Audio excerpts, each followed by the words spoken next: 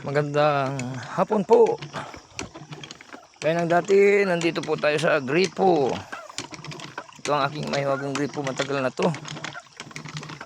At tayo'y nagpapatubig ng mga balde para ipandilig ngayong gabi. Didilig tayo hanggang mamaya alas 7 o alas 8, ganun.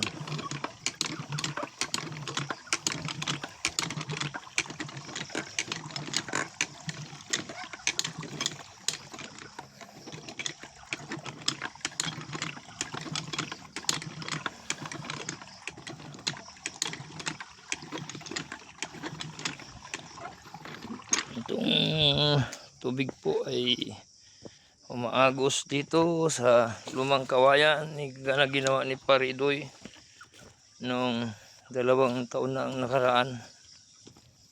At dito po siya. Wow, no. Lampas na.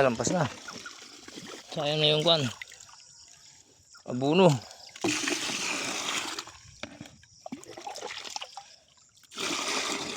Abuno.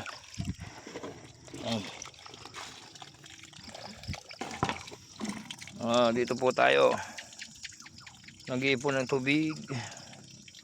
Yan yung mga baldi. Yan yung aking mga abuno. At ito yung mga balde na ating kinakargahan tuwing hapon. 18 po yan. Ay, 18.